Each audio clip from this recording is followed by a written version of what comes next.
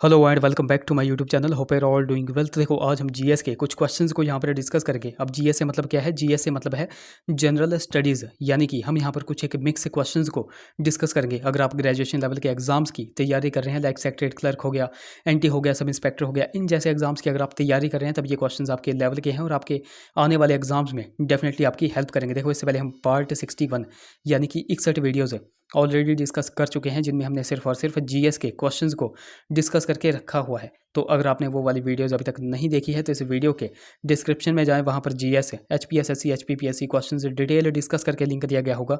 उस लिंक पर क्लिक करके आप उन वीडियोज़ को देख सकते हैं। बाकी आज हम पार्ट नंबर 62 को डिस्कस करेंगे और इन क्वेश्चंस को हम बिल्कुल डिटेल में डिस्कस करेंगे। बाकी अभी तक अगर आपने हमारे चैनल को सब्सक्राइब नहीं किया है तो चैनल को सब्सक्राइब कर दें, साथ में बेल आइकन को जरूर प्रेस करें, साथ में इस वीडियो को लाइक जरूर कर दें। सो क्वेश्चन नंबर हमारा 143 है, which is not a cash crop. तो इनमें से कौन सी नकदी फसल नहीं है? अब देखो सबसे पहले आपको यहाँ पर पता होना चाहिए कि कैश क्रॉप यानी कि नकदी फसल किसे कहा जाता है। तो बिल्कुल आपको ध्यान से सुनना है। तो कैश क्रॉप किसे कहते हैं? तो कैश क्रॉप जिसे लाभ कमाने के लिए बाजार में बेचने पर उगाया जाता है।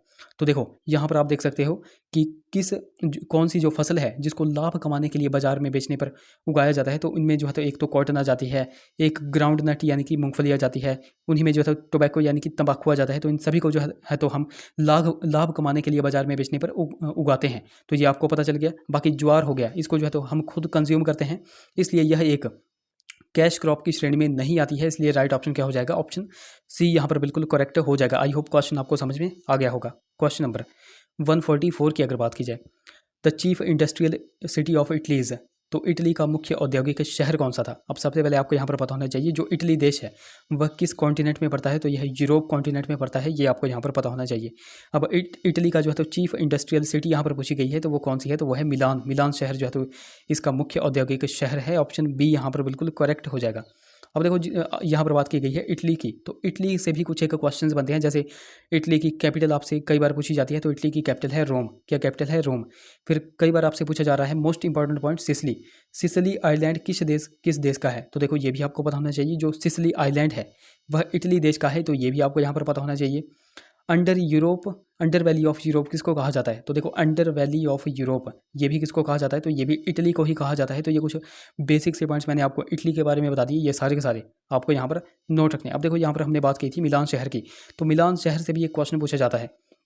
क्वेश्चन आपसे यहाँ पर पूछा जाता है कि किस शहर से जो डोमिटो मोसिलिनी था उसने फांसीवाद शुरू किया था। तो ये भी आपको पता होना चाहिए। जो मोसिलिनी था उसने फांसीवाद शुरू किया था इसी मिलान शहर से। तो ये कुछ बेसिक से पॉइंट्स मैंने आपको यहाँ पर बता दिए, ये सारे के सारे आपको यहाँ पर नोट रखने हैं। क्वेश्चन नंबर हमारा 145 है, Maoris are the inhabitants of. तो माउरी कहाँ के रहवासी हैं? तो देखो जो माउरी ट्राइब है वह कहाँ पर रहती है? तो यह न्यूजीलैंड में पाई जाती है। ऑप्शन ए यहाँ पर बिल्कुल करेक्ट हो जाएगा। अब देखो कुछ और भी ट्राइब्स हैं जो कि आपसे अक्सर एग्जाम में पूछी जाती हैं और वहाँ पर आप कंफ्यूज हो जाते हो, तो वो मैं यहाँ पर आपको बताऊंगा। तो देखो यहाँ पर आपसे पूछा जाता है सेंटलीज, जो सेंटलीज जनजाति है, सेंटलीज ट्राइब है, वह कहाँ पर पाई जाती है? तो वह अंडमान निकोबार में पाई जाती है। तो ये भी आपको यहाँ पर पता होना चाहिए। उसके बाद आपसे पूछा जाता है बुशमैन, बुशमैन ट्राइब कहाँ पर पाई जाती है? तो ये भी आपको पता होना चाहिए। जो बुशमैन ट्राइब है वह पाई जाती है कालाहारी मरुस्थल में। उसके बाद आपसे रेड इंडियन पूछा जाता है, तो जो रेड इंडियन ट्राइब है वह कहाँ पर पाई जाती है? तो यह यूएसए और कनाडा में पाई जाती है। तो ये कुछ बेसिक और कुछ इंपॉर्टेंट ट्राइब्स भी मैंने आपको यहाँ पर बता दी। बाकी अगर आपको और भी ट्राइब्स पता हैं, जो वर्ल्ड में कुछ और भी ट्राइब्स हैं, अगर आपको पता है तो आप नीचे कमेंट्स कर दो, सभी की यहाँ पर हेल्प हो जाएगी। क्वेश्चन नंबर 146 की अगर बात की जाए, which is known as a forbidden city. तो फॉरबिडन सिटी के नाम से किसे जाना जाता है? अब देखो फॉरबिडन सिटी के नाम से जो है तो लहासा को जाना जाता है। ऑप्शन ए यहाँ पर करेक्ट हो जाएगा। अब लहासा कहाँ पर पड़ता है? तो यह तिब्बत में पड़ता था, और तिब्बत किसने कैप्चर करके रखा है? तो वह चाइना ने कैप्चर करके रखा है। तो ये भी आपको यहाँ पर पता होना चाहिए। अब देखो जिस तरह फॉरबिडन सिटी कहा जाता है लहासा को, उसी तरह न्यूयॉर्क को क्या कहा जाता है, जो कि ऑप्शन बी में देकर के रखा है। तो न्यूयॉर्क को देखो द सिटी दैट नेवर स्लीप्स का दर्जा दिया गया है। इस न्यूयॉर्क को कहा जाता है द सिटी दैट नेवर स्लीप्स। एक और नाम से इसको जाना जाता है the big Apple, the big Apple भी इसको कहा जाता है, और द सिटी दैट नेवर स्लीप्स भी इसको कहा जाता है। अच्छा ऑप्शन सी में है पेरिस। तो पेरिस को क्या कहा जाता है? तो पेरिस को कहा जाता है सिटी ऑफ लाइट्स, ये भी आपको पता होना चाहिए। अच्छा लंदन को क्या कहा जाता है? ये आप देखो नीचे कमेंट्स में बता दो। बाकी हमारे भारत में भी मुंबई शहर को क्या कहा जाता है? तो मुंबई शहर को कहा जाता है सिटी ऑफ ड्रीम्स, ये भी आपको पता होना चाहिए। और लैंड ऑफ 1000 लेक्स किस कंट्री को कहा जाता है, ये भी आपको पता होना चाहिए। तो लैंड ऑफ 1000 लेक्स कहा जाता है फिनलैंड देश को। तो ये कुछ बेसिक और कुछ इंपॉर्टेंट पॉइंट्स मैंने आपको यहाँ पर बता दिए, ये सारे के सारे आपने नोट रखते हैं। अच्छा, यहाँ पर मैंने आपको बताया फिनलैंड देश, तो फिनलैंड देश की कैपिटल क्या है और वहाँ की प्राइम मिनिस्टर कौन है, वो आप नीचे कमेंट्स में बता दो। अगले क्वेश्चन की बात करें, सो क्वेश्चन नंबर हमारा 147 है, the first satellite was launched by, तो प्रथम उपग्रह किसके द्वारा प्रक्षेपित किया गया था। तो देखो, जो फर्स्ट सैटेलाइट थी वह लॉन्च की गई थी यूएसएसआर यानी कि सोवियत संघ के द्वारा। ऑप्शन बी यहाँ पर करेक्ट हो जाएगा। अब कई बार आपसे यहाँ पर पूछा जाता है जो फर्स्ट आर्टिफिशियल सैटेलाइट थी जो कि यूएसएसआर ने लॉन्च की थी, तो वो कब की थी, ये भी आपसे यहाँ पर पूछा जाता है। तो डेट्स भी आपसे पूछी जाती हैं, जो डेट्स आपको बिल्कुल ध्यान में रखती हैं। तो 1957 में, तो 1957 में फर्स्ट आर्टिफिशियल सैटेलाइट जो है तो सोवियत यूनियन ने लॉन्च की थी। तो ये पॉइंट आपको यहाँ पर नोट रखना है, ये मोस्ट इंपॉर्टेंट पॉइंट है। जो डेट्स आपसे पूछी जाती हैं वहाँ पर ही आपको कंफ्यूज किया जाता है। और एक और पॉइंट यहाँ पर आपको नोट रखना है, जो फर्स्ट सैटेलाइट यूएसएसआर ने 1957 में लॉन्च की थी तो उसका नाम क्या था, तो उसका नाम था स्पुतनिक फर्स्ट। क्या नाम था, स्पुतनिक फर्स्ट। तो ये कुछ इंपॉर्टेंट पॉइंट्स मैंने आपको यहाँ पर बता दिए, ये सारे के सारे आपको यहाँ पर नोट रखने हैं। क्वेश्चन नंबर हमारा 148 है, which river flows through a rift valley, तो कौन सी नदी विभ्रंश घाटी से बहती है। तो वो कौन सी नदी है जो रिफ्ट वैली से होकर के बहती है, तो वह है नर्मदा नदी। ऑप्शन बी यहाँ पर करेक्ट हो जाएगा। अब नर्मदा नदी से रिलेटेड क्वेश्चंस मैं आपको हर बार बताता हूँ, तो यहाँ पर आप नीचे कमेंट्स में बताओ कि नर्मदा नदी की टोटल लेंथ कितनी है और नर्मदा नदी निकलती कहाँ से है और नर्मदा नदी अपना जल कहाँ पर गिराती है। ये सारा का सारा मैंने आपको बताया हुआ है, ये सारा का सारा आप नीचे कमेंट्स में बता दो। बाकी देखो, अगर आपको नहीं भी आता है तब भी आपने क्या करना है, आपने गूगल पे जाना है, गूगल पे सर्च करना है और सर्च करने के बाद आकर के इस वीडियो में नीचे कमेंट करना है। मैं आपको हर बार बोलता हूं कि कमेंट करने से आपका ही फायदा है, जो चीज़ आप कमेंट कर देते हो वो चीज़ आप कभी भूलते नहीं हो।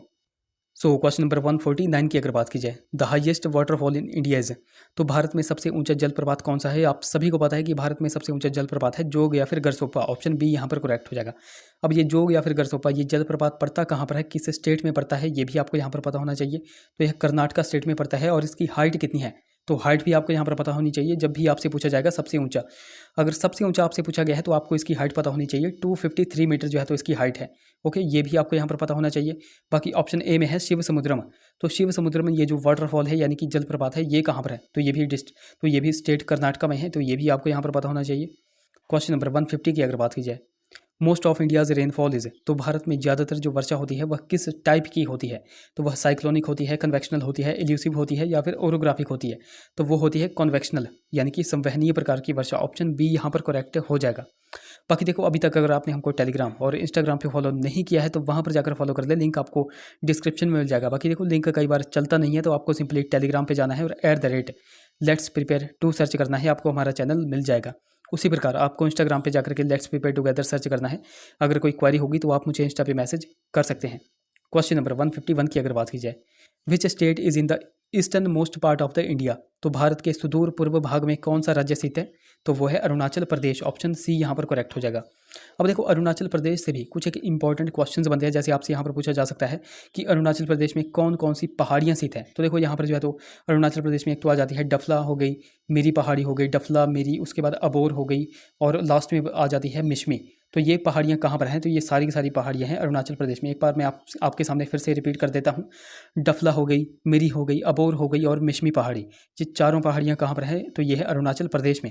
अच्छा, अरुणाचल प्रदेश को पहले किस नाम से जाना जाता था, ये भी आपको यहाँ पर पता होना चाहिए। तो देखो, अरुणाचल प्रदेश को पहले क्या जाना जाता था, NEFA इसको कहा जाता था, यानी कि नॉर्थ ईस्ट फ्रंटियर एजेंसी इसको पहले कहा जाता था। तो ये भी आपको यहाँ पर नोट रखना है। बाकी देखो, अगर आपको सच में वीडियोस हेल्पफुल लगते हैं तो जरूर से वीडियोस को लाइक कर दिया करो और अपने भाई बहनों और फ्रेंड्स के साथ शेयर कर दिया करो। क्वेश्चन नंबर हमारा 152 है, Kaziranga national park is located in, तो काजीरंगा राष्ट्रीय उद्यान कहाँ पर है। आप सभी को पता है काजीरंगा नेशनल पार्क है असम में, जो कि ऑप्शन में नहीं दिया गया है, इसलिए इस क्वेश्चन का राइट ऑप्शन हो जाएगा option D, none of these. अब देखो, मैंने आपको यहाँ पर बताया कि काजीरंगा राष्ट्रीय उद्यान कहाँ पर है, तो वो है असम में। अब कुछ और भी नेशनल पार्क आपसे यहाँ पर पूछे जाते हैं जो कि मोस्ट इंपॉर्टेंट है और बहुत बार हमीरपुर बोर्ड के एग्जाम में पूछे गए हैं। जैसे हमीरपुर बोर्ड के ही एग्जाम में पूछा गया था रोहिल्ला, तो रोहिल्ला नेशनल पार्क ये कहाँ पर है, तो ये है हिमाचल प्रदेश में। हिमाचल प्रदेश में बेसिकली यह कहाँ पर है, तो यह है डिस्ट्रिक्ट कुल्लू में, ये भी आपको यहाँ पर पता होना चाहिए। उसके बाद आपसे पूछा जाता है हेमिस नेशनल पार्क कहाँ पर है, तो ये है जम्मू कश्मीर में। उसके बाद आपसे पूछा जाता है उत्तराखंड में कौन कौन से हैं, तो उत्तराखंड में एक तो है नंदा देवी, उसके बाद है जिम कार्बेट, ये भी आपको यहाँ पर पता होना चाहिए। उसके बाद उड़ीसा में कौन कौन से हैं, तो उड़ीसा में एक तो है सिमलीपाल और एक है भीतरकनिका राष्ट्रीय उद्यान, ये भी आपको यहाँ पर पता चल गए। अब कर्नाटका की बारी आती है, तो कर्नाटका में मोस्ट इंपॉर्टेंट है, तो कर्नाटका में एक तो तो बांदीपुर नेशनल पार्क है, डंडेली है, नागरहोल है, बनेरघट्टा नेशनल पार्क है, तो ये कहाँ पर है, तो ये है कर्नाटका में, ये भी आपको पता चल गया।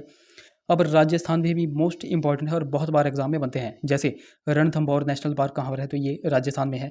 केवला देवघाना हो गया, सरिस्का, देखो सरिस्का अक्सर जो है तो करंट का जो है तो टॉपिक भी बना हुआ है, तो यहाँ से आपसे क्वेश्चन पूछा जा सकता है कि जो सरिस्का नेशनल पार्क है वह कहाँ पर है, तो यह है राजस्थान में। उसके बाद रनकपुर नेशनल पार्क हो गया, ये भी राजस्थान में है। उसके बाद दिरह हो गया, ये भी राजस्थान में है। मुकंदरा हिल्स भी कहाँ पर है, तो ये भी राजस्थान में है। दुधवा राष्ट्रीय उद्यान ये कहाँ पर है, तो देखो दुधवा जो नेशनल पार्क है ये है उत्तर प्रदेश में, ये बहुत बार एग्जाम में बनता है। अच्छा, यहाँ से आप एक क्वेश्चन का आंसर कमेंट्स करके बताओ कि जलदापरा नेशनल पार्क ये कहाँ पर है, किस स्टेट में पड़ता है, ये आप नीचे कमेंट्स में बता दो। अच्छा, यहाँ पर हम कुछ एक कंप्यूटर के क्वेश्चंस भी देख लेते हैं जो कि मोस्ट इंपॉर्टेंट है और हर एक एग्जाम में पूछे जा रहे हैं। सो क्वेश्चन नंबर 164 की बात करें, अब देखो MS वर्ड के यह क्वेश्चन है जो कि आपके आने वाले सेक्रेट के एग्जाम में हेल्पफुल साबित हो सकते हैं। सो क्वेश्चन नंबर हमारा 164 है, व्हाट इज MS वर्ड। तो MS वर्ड क्या है, तो MS वर्ड जो है तो वर्ड प्रोसेसिंग सॉफ्टवेयर है, ऑप्शन सी यहाँ पर बिल्कुल करेक्ट हो जाएगा। क्वेश्चन नंबर 165 की अगर बात की जाए, इन MS word copy command is done by, तो MS वर्ड में कॉपी कमांड दिया जाता है तो किस तरह से दिया जाता है, तो कंट्रोल+C के द्वारा दिया जाता है, ऑप्शन सी यहाँ पर करेक्ट हो जाएगा। क्वेश्चन नंबर 166 की अगर बात की जाए, इन MS word the content of a clip board remains the same until, तो MS वर्ड में क्लिप बोर्ड के विषय में तब तक वही रहते हैं जब तक जो है तो ऑप्शन ए भी यहाँ पर करेक्ट है, you can copy other text, option B you cut other text, option C you shut down the computer, यानी कि ऑल ऑफ दीज सभी विकल्प यहाँ पर सही हैं, ऑप्शन डी यहाँ पर बिल्कुल करेक्ट हो जाएगा। Question number 167, in MS Word shimmer, sparkle text, blinking background etcetera are known as, तो MS वर्ड में shimmer, sparkle text, blinking background आदि को क्या जाना जाता है, तो आदि को जो है तो टेक्स्ट इफेक्ट जाना जाता है, ऑप्शन बी यहाँ पर बिल्कुल करेक्ट हो जाएगा। अगले क्वेश्चन की बात करें, क्वेश्चन नंबर हमारा 168 है, in MS Word if you need to change the typeface of a document which menu will you choose, तो MS वर्ड में अगर आपको टाइप फेस बदलने की ज़रूरत है तो आप कौन सा मेन्यू चुनेंगे, तो कौन सा मेन्यू हम चुनेंगे, ऑप्शन सी यहाँ पर करेक्ट हो जाएगा, फॉर्मेट, ऑप्शन यहाँ पर बिल्कुल सी करेक्ट हो जाएगा। अगला क्वेश्चन, क्वेश्चन नंबर हमारा 169 है, what do you do when you make changes to a document in MS Word, तो MS वर्ड के एक डॉक्यूमेंट में बदलाव करने के लिए आप क्या करेंगे, तो हम एडिट करते हैं, ऑप्शन सी यहाँ पर बिल्कुल करेक्ट हो जाएगा।